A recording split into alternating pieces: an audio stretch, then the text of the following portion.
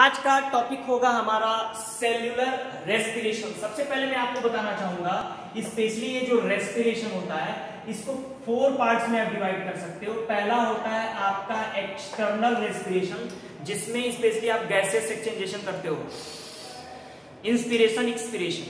इसके बाद सेकेंड आता है आपका गैसियस एक्सचेंजेशन, जो स्पेशली एल्वेओलिस और ब्लड कैपिलरीज के बीच होता है। तीसरा प्रोसेस होता है इंटरनल रेस्पिरेशन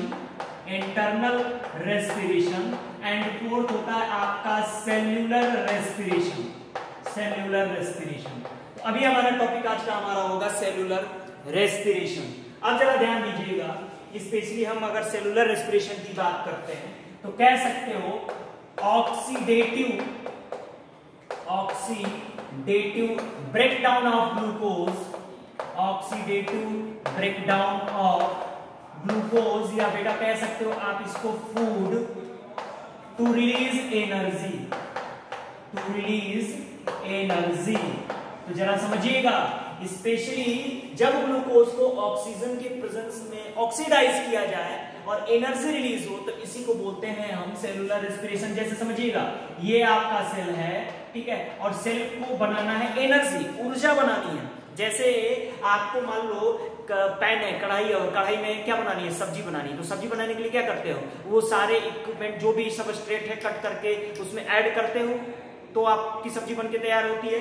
वैसे समझ लीजिएगा हमारा सेल, और यहाँ बनाना है हमको एनर्जी बनाने के लिए 2 रिक्वायरमेंट्स होंगी, ऑक्सीजन और ग्लूकोज। ग्लूकोज आपका न्यूट्रिशन या डाइजेस्टिव प्रोसेस से आएगा, ऑक्सीजन आपके रेस्पिरेशन प्रोसेस के थ्रू आएगा, ठीक है। और इस ग्लूकोज को ऑक्सीजन के प्रेजेंस में माइटोकॉन्ड्रिया के अंदर ऑक्सीडाइज किया जाएगा और वहां पर ढेर सारा बेटा एनर्जी रिलीज होगा। तो आपने डेफिनेशन क्या लिखा कि स्पेशली ये ऑक्सीडेटिव प्रोसेस है। अगला हम लोग बात करते हैं तो स्पेशली जो सेलुलर रेस्पिरेशन होता है यह एक कैटाबोलिक, स्पेशली कैसा प्रोसेस है, ये कैटाबोलिक प्रोसेस है, और प्लस एक्सोथर्मिक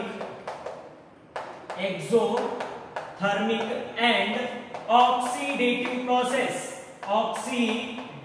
प्रोसेस।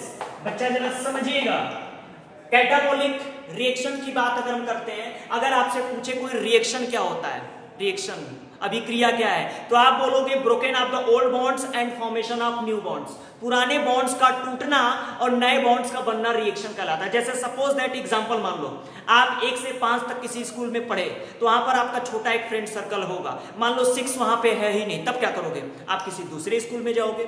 वहां पर आप 6 से 10 तक पढ़े, वहां पर एक अलग फ्रेंड सर्कल बना। तो यहाँ क्या हुआ, 1 से 5 तक का फ्रेंड सर्कल टूटा और एक नए फ्रेंड सर्कल का फॉर्मेशन हुआ। यानी कह सकते हो रिएक्शन का मीन्स होता है broken of the old bonds and formation of new bonds, that is called reaction. अब जरा ध्यान दीजिएगा, यहां पर वर्ड लिखा है कैटाबोलिक।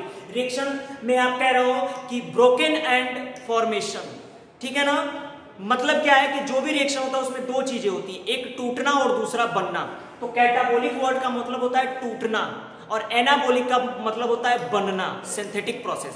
तो स्पेशली जो सेलुलर रेस्पिरेशन है ये एक कैटाबोलिक प्रोसेस है, जिसमें ग्लूकोज को क्या किया जाता है, ब्रेक डाउन किया जाता है, इसलिए यहाँ पर कैटाबोलिक वर्ड लिखा है।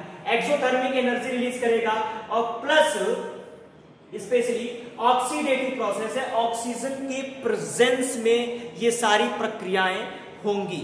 बात मेरी समझ में आ रही है। आगे देखिएगा, स्पेशली तो यहां पर होता क्या है, फूड, पहला आपका फूड होगा, ठीक है ना, फिर क्या होगा, ऑक्सीजन होगा, और ओके, और इस फूड और ऑक्सीजन को स्पेशली क्या किया जाता है, कन्वर्ट कर दिया जाता है वाटर और कार्बन डाइऑक्साइड में, वाटर प्लस कार्बन डाइऑक्साइड में। यानी आप कह सकते हो C6H12O6 प्लस 6O2, एरो देना है, यहां पर आपका क्या बनाएगा, 6H2O plus 6CO2 plus 686 kilo calorie energy. यानी यहां पर आप देख सकते हो ग्लूकोज को ऑक्सीजन के प्रेजेंस में ऑक्सीडाइज किया जा रहा है। ग्लूकोज को ऑक्सीजन के प्रेजेंस में ऑक्सीडाइज किया तो हमको क्या मिला, पहला वाटर मिला, देन आपका कार्बन डाइऑक्साइड मिला और 686 किलो कैलोरी आपकी क्या मिली, एनर्जी मिली। बात मेरी समझ में आई? तो ये इसका एक रिप्रेजेंटेशन हो गया।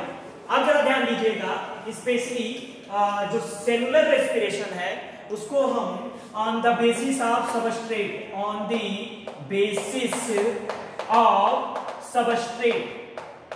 सबस्ट्रेट के बेसिस पे इसको दो हिस्सों में हम डिवाइड करके पढ़ेंगे।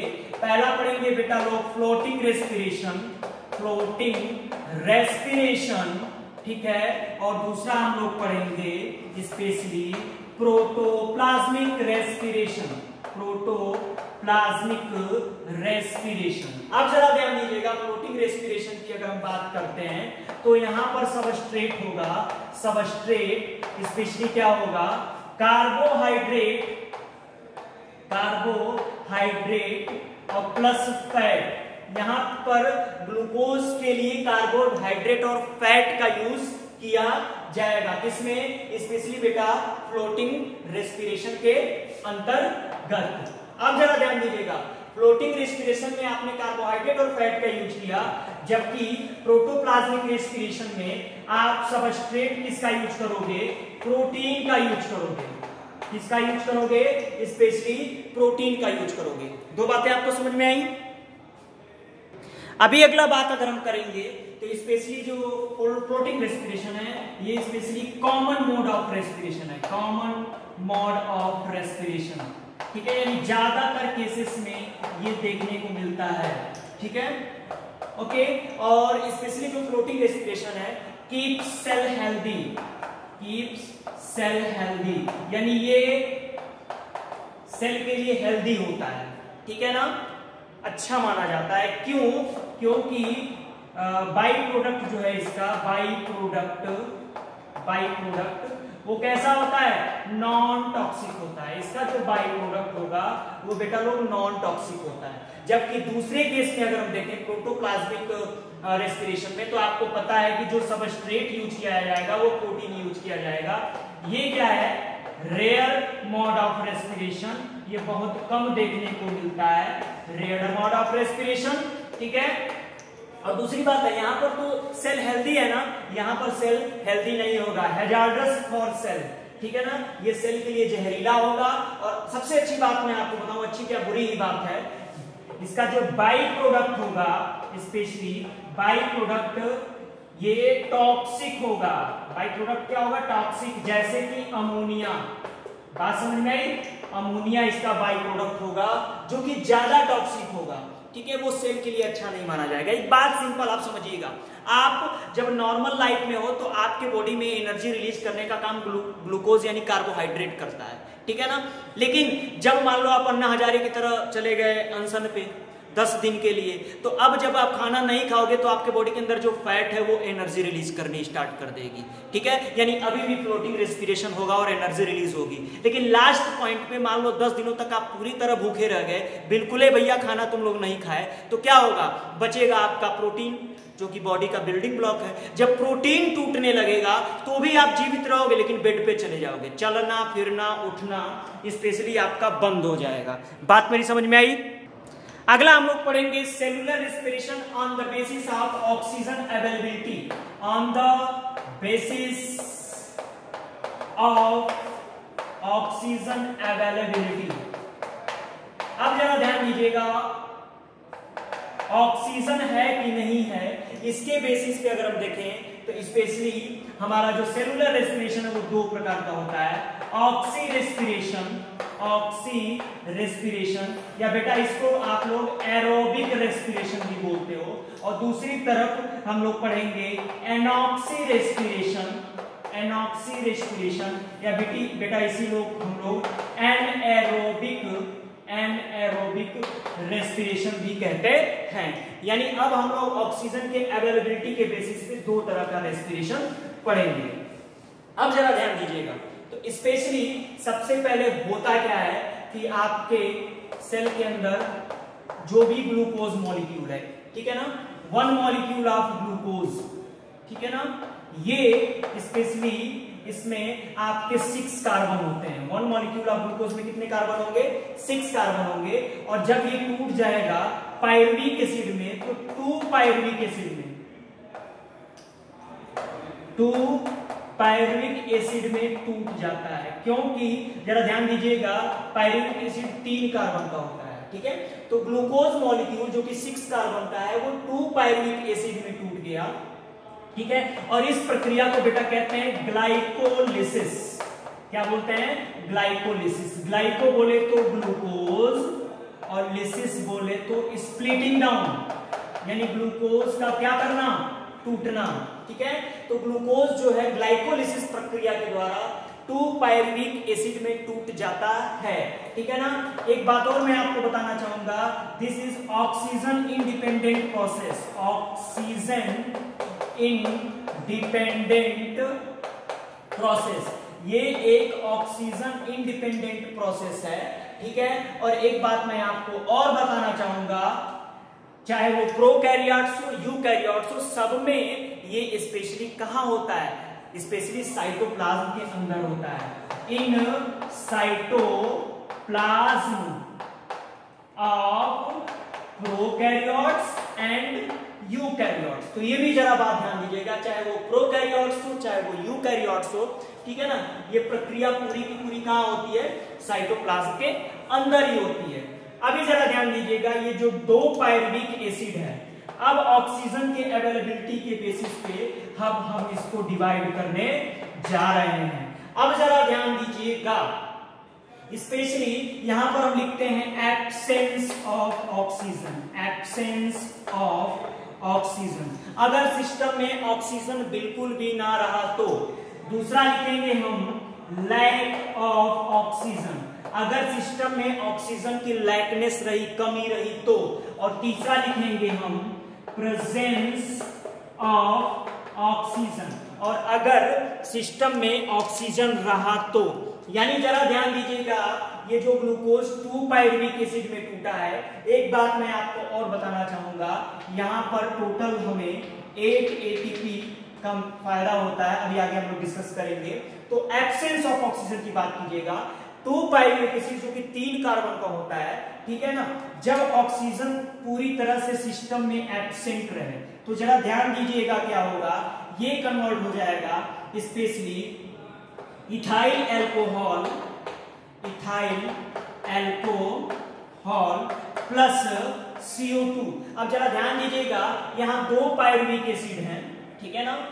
और तो यहां पर 2 एथाइल एल्कोहल मिलेगा, और एथाइल एल्कोहल का फॉर्मूला होता है C2H5OH, यानी अभी भी हमारा एक कार्बन फ्री है जो कि हमको CO2 के फॉर्म में यहां पर मिल रहा है। यानी 2 एथाइल एल्कोहल प्लस CO2 और प्लस यहां पर हमको ढेर सारा क्या मिलेगा? एनर्जी मिलेगा। ढेर सारा एनर्जी का मतलब कितना? 2 ATP। हमें यहां पर 2 ATP एनर्जी मिलेगा। अब मैं आपको इंटरेस्टिंग बात बताऊं, जरा ध्यान दीजिएगा, एब्सेंस ऑफ ऑक्सीजन, अगर सिस्टम में ऑक्सीजन बिल्कुल भी ना रहा तो।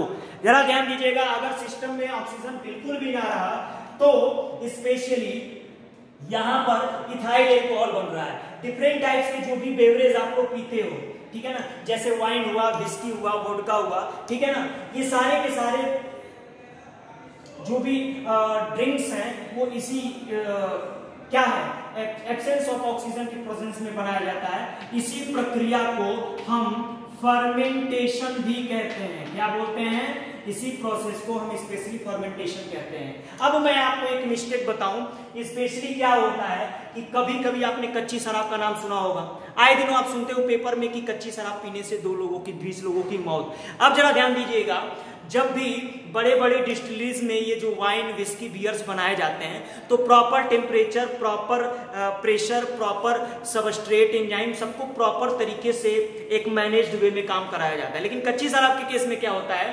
कि अभी ये लोग इसको चोरी छिपे किसी पुराने खंडहर में जमीन के नीचे गड्ढा खोद करके पुराने किसी झाड़ी वाले एरिया में, हर्ब वाले एरिया में छुप के बनाते हैं। होता क्या है, वहां पर एंजाइम अल्टर कर सकता है, पीएच अल्टर कर सकता है, या सबस्ट्रेट जो कुछ भी अल्टर कर जाता है। इसके कारण यहां पर इथाइल एल्कोहल की जगह बन जाता है मिथाइल एल्कोहल। या मेथेनॉल कह सकते हो, एथेनॉल मेथेनॉल। तो एथेनॉल तो आपका ये हो गया C2H5OH। मेथेनॉल के केस में क्या होता है, वही आपकी कच्ची शराब होती है। अच्छा, ऐसे शराब को पीने से इंसान सबसे पहले अंधा होता है, ठीक है ना, उसको दिखने में प्रॉब्लम आने लगती है और साथ साथ उसके डाइजेस्टिव ट्रैक्ट पे अटैक करता है और 2 से 3 दिनों में मौत हो जाती है। मेरे कहने का मीन्स यही था कि गलतीवश कभी कभी एथेनॉल की जगह मेथेनॉल बन जाता है, जो कि कच्ची शराब आप उसको बोलते हो, जो कि बॉडी के ऊपर क्या करता है, बहुत ही ज्यादा प्रभाव डालने की कोशिश करता है। अभी बेटा लोग हम लोग बात करते हैं लैक ऑफ ऑक्सीजन की।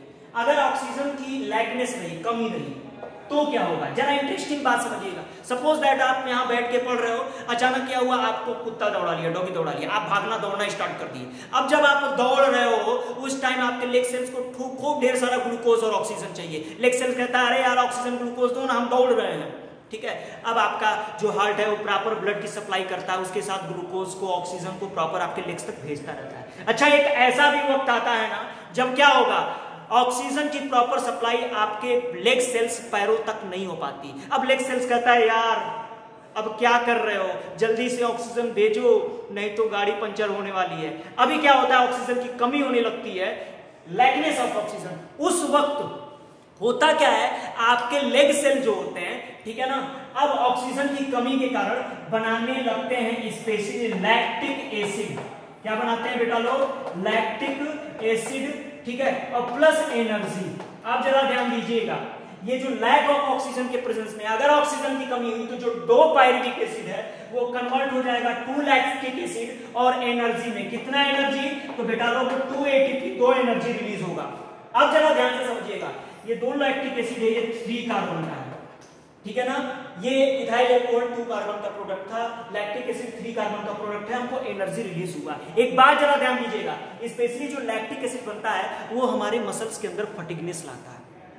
यानी लगातार आप एक्सरसाइज कर रहे हो तो एक वक्त के बाद आपके मसल्स में फटिगनेस आने लगती है, थकान आने लगता है, कहते हो यार अब एक्सरसाइज बंद देना चाहिए, बहुत हो गया। और कुछ समय बाद जब आप रेस्ट कर लेते हो तो वापस जो ये लैक्टिक एसिड रिवर्स गियर लगा करके अपने पिछले पुराने कंपोनेंट में जैसे कार्बन डाइऑक्साइड में कन्वर्ट हो सकता है, ठीक है ना। और उससे क्या है, जब लैक्टिक एसिड की कमी होगी तो वो थकान दूर हो जाएगा। तो दूसरा एग्जांपल मैंने क्या बताया, आपका लैक्टिक एसिड। एग्जांपल में जरा ध्यान दीजिएगा, आपके are fatigue muscles, are fatigue muscles, हमारे जो थके हुए मसल्स हैं उनके अंदर लैक ऑफ ऑक्सीजन जब हुआ तो स्पेशली आपके क्या है, लैक्टिक एसिड का फॉर्मेशन होता है। और तीसरी प्रक्रिया आती है आपका प्रेजेंस ऑफ ऑक्सीजन। अगर सिस्टम में ढेर सारा ऑक्सीजन रहा तो बेटा लोग क्या बनेगा, अगर सिस्टम में आपका ढेर सारा ऑक्सीजन रहा, ठीक है, तो बनेगा आपका CO2 H2O और प्लस एनर्जी। क्या बनेगा, CO2 H2O plus energy, 6CO2 6H2O और एनर्जी। यहां पर एनर्जी में आपको 38 ATP, 36 से 38 ATP यहां पर लिखनी है। बात मेरी समझ में आई। तो अगर सिस्टम में ऑक्सीजन रहा तो कहानी कुछ और हो जाएगी, यानी तब हमको बाई प्रोडक्ट में कार्बन डाइऑक्साइड, पानी, एनर्जी और 38 ATP देखने को मिलेगा। अभी बेटा हम लोग देखेंगे specially common pathway of aerobic respiration. तो इसको स्पेशली 3 से 4 पार्ट्स में डिवाइड कर सकते हो, ठीक है। पहला प्रोसेस आपका ग्लाइकोलिसिस है, ग्लूकोज का जो स्प्लिटिंग डाउन होता है पायरुविक एसिड में। दूसरे प्रोसेस को क्रेब्स साइकिल या TCA साइकिल बोलते हैं। तीसरा इलेक्ट्रॉन ट्रांसपोर्ट चेन है और फोर्थ है आपका ऑक्सीडेटिव फॉस्फोरिलेशन। साइट आपसे ज्यादातर एग्जाम में पूछता है। तो ग्लाइकोलिसिस प्रोकैरियोट्स में साइटोप्लाज्म के अंदर होता है और यूकैरियोट्स में भी साइटोप्लाज्म के ही अंदर होगा सेल के। जबकि जो क्रेब्स साइकिल है वो प्रोकैरियोट्स में साइटोप्लाज्म में होगा और यूकैरियोट्स में माइटोकॉन्ड्रिया के अंदर होगा, माइटोकॉन्ड्रिया के मैट्रिक्स में होगा। तीसरा जो इलेक्ट्रॉन ट्रांसपोर्ट चेन है ये प्रोकैरियोट्स में प्लाज्मा मेम्ब्रेन के अंदर होगा और यूकैरियोट्स में इनर माइटोकॉन्ड्रियल मेम्ब्रेन के अंदर होगा। और जो ऑक्सीडेटिव फॉस्फोरिलेशन है ये स्पेशली यूकैरियोट्स में होता है। ये आपके माइटोकॉन्ड्रिया के ऊपर जो F1 पार्टिकल्स होते हैं, जिनको हनुमान जी की गदा की तरह ये दिखते हैं, F1 F0 पार्टिकल्स, उनके अंदर ये पूरी प्रक्रिया देखने को मिलती है जी। अभी हम एरोबिक रेस्पिरेशन की एक छोटी सी समरी देखते हैं, जरा ध्यान दीजिएगा। स्पेशली है ये आपका ग्लूकोज। ग्लूकोज कन्वर्ट होता है 2 पायरुविक एसिड में। किसमें कन्वर्ट होता है? 2 पायरुविक एसिड में। और स्पेशली यहाँ पर हमको 8 ATP देखने को मिलता है, 8 ATP। अभी ये जो 2 पायरुविक एसिड है ये एंटर करता है माइटोकॉन्ड्रिया है। सपोज मैं ये माइटोकॉन्ड्रिया, ये इसका इनर मेम्ब्रेन मैं बना रहा हूँ, ठीक है बेटा। तो ये कन्वर्ट हुआ, ये 2 पायरुविक एसिड गया स्पेशली माइटोकॉन्ड्रिया के मैट्रिक्स में। ये जो 2 पायरुविक एसिड है ये कन्वर्ट हो गया 2 acetyl coenzyme A, 2 acetyl coenzyme A में, और यहाँ पर हमको रिलीज हुआ 2NADPH2, 2NADPH2। अभी मैं बताता हूँ यहाँ पर। और यहाँ पर आपको कार्बन डाइऑक्साइड भी रिलीज होगा, ठीक है ना। अब जरा ध्यान दीजिएगा, स्पेशली जो एसिटाइल कोएंजाइम ये है ये कन्वर्ट एंट्री मारेगा स्पेशली क्रेब्स साइकिल में, ठीक है ना। ये साइकिल है एक जिसको बोलते हैं क्रेब्स साइकिल। क्रेब्स साइकिल में हमको बाई प्रोडक्ट में स्पेशली आपको CO2 मिलेगा। और ध्यान दीजिएगा यहाँ पर 6NADPH2, 6NADPH2, 2FADPH2, 2FADPH2, okay, और 2GTP देखने को मिलेगा, ठीक है। अब जरा ध्यान दीजिएगा, ये सारे के सारे जो एनर्जी के क्वाइंस हैं, ठीक है, 6NADPH2, 2FADPH2 और 2GTP, ठीक है। अब जरा ध्यान दीजिएगा, एक चीज मैं आपको बता दूं, ये समरी ही है, डिटेल में लोग आगे पढ़ेंगे, ठीक है। तो जरा सा ध्यान दीजिएगा, स्पेशली यहां पर जो NADPH2 है, NADPH2, 1 NADPH2 3 ATP के बराबर होता है। FADPH2 जो है वो 2 ATP के बराबर होता है, और GTP स्पेशली आपके 1 ATP के इक्वल होता है। यानी आप देख सकते हो यहाँ पर बड़े आसान तरीके से 8 ATP आपको यहाँ मिल रहा है। 2 NADPH2 को अगर कन्वर्ट करोगे आप ATP में तो यहाँ पर ये 6 ATP के इक्वल होगा, और 6 NADH2 कितने के इक्वल होगा, ये 18 के इक्वल होगा, ठीक है। यानी ये हो गया 18 ATP, ये हो गया आपका 4 ATP, और ये हो गया 2 ATP। अब जरा ध्यान दीजिएगा, ये जितने भी एनर्जी के पॉइंट्स हैं स्पेशली NADPH2, FADPH2, GTP और इधर के NADPH2, ये सारे के सारे आपके इसी F0, F1 पार्टिकल्स के अंदर एंट्री करते हैं, और इनसे एनर्जी रिलीज होती है 36 ATP। अभी आप मुझसे क्वेश्चन करोगे कि सर ये ATP और FA, NA और GTP में फर्क क्या है। सपोज दैट आपने कहा कि सर मेरा बर्थडे है, मुझे कुछ गिफ्ट करो। मैंने अपना वॉलेट निकाला, कहा यार पैसे तो है ही नहीं, 100 रुपए मेरे जेब में था। मैंने एक बच्चे को 100 रुपए दे दिया और दूसरे को 100 रुपए का चेक काट कर दे दिया। अब जरा ध्यान दो, दोनों बच्चे जब दुकान पे जाएंगे तो क्या होगा, एक बच्चा 100 रुपए का फुटकर देगा तो उसको सामान मिल जाएगा, लेकिन दूसरा जब चेक देगा तो दुकान वाला कहेगा भगो यहाँ से, जाओ इसको भुना करके लाओ। तो दूसरा बच्चा बैंक में जाएगा, उसको चेंज कराएगा। अब सपोज मान लो कि वो चेक भुनाने में मान लो 100 रुपए का 99 रुपया मिला, समझो मेरी बात को। तो ये जो NADPH2, FADPH2 और GTP हैं, ये सारे के सारे एनर्जी के क्वाइंस नहीं है, ये एक तरह से चेक मॉलिक्यूल हैं। इनको कन्वर्ट किया जाता है ATP में, और तब ये हमको एनर्जी देने का काम करते हैं। यानी हम देख सकते हैं यहाँ पर हमको 8 ATP मिल रहा है, यहाँ पर हमको 6 ATP मिल रहा है, और यहाँ पर टोटल हमको 24 ATP मिल रहा है, ठीक है। ये सारे एनर्जी के पॉइंट जब F0, F1 पार्टिकल में जाते हैं, ठीक है, तो हमें 36 ATP फाइंड आउट हो रहा है, ठीक है। यानी मैं आपको सिंपली बताऊं तो अगर आप काउंट करोगे तो टोटल 38 ATP आएगा। लेकिन एक बात बताओ, जब चेक को आप बैंक में ले जा रहे थे तो वो आपको 100 रुपए का 98 रुपया ही दे रहा था ना। ऐसे ही समझो, जब जितने भी ये चेक मॉलिक्यूल है NADPH2, FADPH2, TGTP इधर भी, ठीक है, जब यहाँ जाते हैं तो जाते तो 38 है, लेकिन उससे हमको 36 ATP ही स्पेशली वापस मिलता है। तो जरा ध्यान दीजिएगा, वापस मैं आपको एक बार बताऊं, ग्लूकोज 2 पायरुविक एसिड में कन्वर्ट होता है, ये 2 पायरुविक एसिड एंट्री मारता है, ठीक है, और यहाँ पर 2 pyruvic acid 2 acetyl coenzyme A में कन्वर्ट होता है। इसी प्रोसेस को oxidative decarboxylation, oxidative decarboxylation, carboxylation बड़ा नाम है, इसको आप लिंक रिएक्शन भी कह सकते हो, ठीक है। तो जब 2 पायरुविक एसिड 2 एसिटाइल कोएंजाइम में कन्वर्ट होता है, तो चूंकि ये 3 कार्बन का है, ये 2 कार्बन का, इसलिए यहाँ पर कार्बन रिलीज भी हो रहा है, 2 कार्बन ठीक है। तो इसी प्रक्रिया को पायरुविक एसिड का 2 एसिटाइल कोएंजाइम ए में कन्वर्ट होने की प्रक्रिया को ऑक्सीडेटिव डीकार्बोक्सिलेशन या स्पेशली आप इसको लिंक रिएक्शन भी कहते हो। फिर ये एसिटाइल कोएंजाइम में एंटर करता है क्रेब्स साइकिल में, और क्रेब्स साइकिल में एंट्री करने के बाद बाई प्रोडक्ट में CO2 मिलता है, H2O मिलता है, और हमको ढेर सारा चेक मॉलिक्यूल मिलता है जो कि आगे चल करके इसको चेंज कर लिया जाता है। बात मेरी समझ में आ रही है सबको? अभी बेटा लोग एक डिफरेंस देखें हम लोग, comparison between combustion and respiration. ठीक है ना, कंबस्शन का सिंपल मीन्स होता है जारण, किसी चीज को जलाना। रेस्पिरेशन भी वही है, जारण ही एक तरह का वो, बट वो सेल के अंदर होता है। तो सिंपल समझिएगा, स्पेशली जो कंबस्शन है ये एक नॉन सेलुलर प्रोसेस है, सेल के अंदर नहीं, कहीं भी हो सकता है, बाहर हो सकता है। रेस्पिरेशन एक सेलुलर प्रोसेस है, सेल के अंदर ही होगा, बाहर कहीं नहीं हो सकता। ठीक है ना। स्पेशली कंबस्शन जो है वो फिजियोकेमिकल रिएक्शंस है, ठीक है ना, फिजियोकेमिकल रिएक्शंस हैं, लेकिन रेस्पिरेशन एक बायोकेमिकल रिएक्शंस है, स्पेशली बॉडी के अंदर, सेल के अंदर बायोलॉजिकल एंजाइम्स के प्रेजेंस में ही होगा। स्पेशली जो कंबस्शन है इसमें ढेर सारा लाइट और टेम्परेचर रिलीज होता है, किसी चीज को जलाते हो तो ढेर सारा लाइट और टेम्परेचर रिलीज होता है।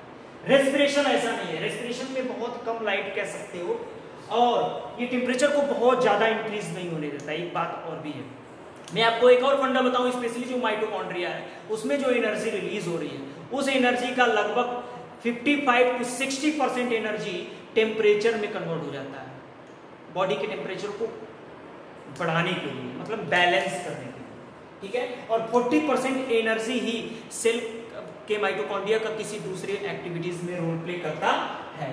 स्पेशली जो ये कंबस्शन है इसमें किसी प्रकार का एंजाइमेटिक एक्शन इन्वॉल्व नहीं है, रेस्पिरेशन में एंजाइमेटिक एक्शन इन्वॉल्व है। ठीक है, और मैं आपको बताऊं स्पेशली जो कंबस्शन है ये एक सिंगल स्टेप प्रोसेस है, डिसकंटिन्यूअस प्रोसेस है, और स्पेशली हाई टेम्परेचर पे ही होता है। रेस्पिरेशन ऐसा नहीं है, ये मल्टी स्टेप प्रोसेस है, जैसे ग्लाइकोलिसिस आप आगे पढ़ोगे तो इसमें लगभग 10 स्टेप्स, कंटिन्यूअस प्रोसेस है, और इसमें क्या है, एक फिजियोलॉजिकल टेम्परेचर पे ही होता है। फिजियोलॉजिकल टेम्परेचर तो मतलब बॉडी का जो एवरेज टेम्परेचर है, प्लस इसमें इस कंबस्शन की बात करोगे तो यहाँ पर इनहिबिटर एब्सेंट होते हैं, और कंबस्शन एक अनकंट्रोल्ड प्रोसेस है। ठीक है, चलता रहता है, जबकि रेस्पिरेशन एक कंट्रोल्ड प्रोसेस है। ठीक है ना, और स्पेशली इसमें इनहिबिटर्स का यूज जो है वो आपको देखने को मिल सकता है। एक डिफरेंस यहाँ पर और भी हम लोग देख लेते हैं, ब्रीदिंग और रेस्पिरेशन में डिफरेंस। ब्रीदिंग सिंपल जो आप श्वसन बोलते हो, सांस लेना, इंस्पिरेशन एक्सपिरेशन, और इसका कंपैरिजन करेंगे हम लोग रेस्पिरेशन से। प्रोसेस, ब्रीदिंग एक फिजिकल प्रोसेस है, फिजिकल प्रोसेस, इंस्पिरेशन एक्सपिरेशन कर रहे हो, स्पेशली आपका इसमें लंग्स, डायफ्राम, इंटरकॉस्टल मसल्स ये सारे इन्वॉल्व हो रहे हैं, तो ये फिजिकल प्रोसेस है। लेकिन रेस्पिरेशन एक बायोकेमिकल प्रोसेस है जो सेल के अंदर ही होता है। ठीक है, ब्रीदिंग में take oxygen, release carbon dioxide, हवा ऑक्सीजन के फॉर्म में लेते हो और कार्बन डाइऑक्साइड रिलीज करते हो। रेस्पिरेशन ऐसा नहीं है, रेस्पिरेशन एक ऑक्सीडेटिव ब्रेकडाउन ऑफ फूड, यहाँ पर फूड को ऑक्सीजन के प्रेजेंस में जलाया जाता है जिससे हमारा एनर्जी रिलीज होता है। ठीक है, स्पेशली ब्रीदिंग में एनिमल का लंग्स इन्वॉल्व होता है, जबकि रेस्पिरेशन जो प्रोसेस है उसमें सेल का साइटोप्लाज्म और माइटोकॉन्ड्रिया इन्वॉल्व होता है। ठीक है, एंजाइमेटिक एक्शन की बात करते हैं तो ब्रीदिंग में एंजाइमेटिक एक्शन कोई नहीं है, सिंपल क्या है, ये एक फिजिकल प्रोसेस है जिसमें डायफ्राम, इंटरकॉस्टल मसल्स इन्वॉल्व हो रहे हैं, तो इसमें कोई एंजाइमेटिक एक्शन नहीं है। रेस्पिरेशन बिल्कुल एंजाइमेटिक एक्शन वाला एक प्रोसेस है। ठीक है ना, specially mediated by enzymatic actions. Mechanism की बात करें तो ब्रीदिंग बड़ा रैपिड प्रोसेस है, आप सांस को जल्दी जल्दी ले सकते हो। रेस्पिरेशन क्या है, बहुत ही स्लो प्रक्रिया में होने वाला एक प्रोसेस है। एक लास्ट डिफरेंस हम लोग देखेंगे, comparison between oxy and anoxy respiration. ठीक है, सबसे पहला डिफरेंस तो आपको पता ही होगा कि स्पेशली एरोबिक रेस्पिरेशन जिसको कहते हैं, इसमें ऑक्सीजन की जरूरत है। एनॉक्सी या एनएरोबिक रेस्पिरेशन में ऑक्सीजन की कोई जरूरत नहीं है। ठीक है, अगली बात करते हैं हम लोग ब्रेकडाउन ऑफ फूड की।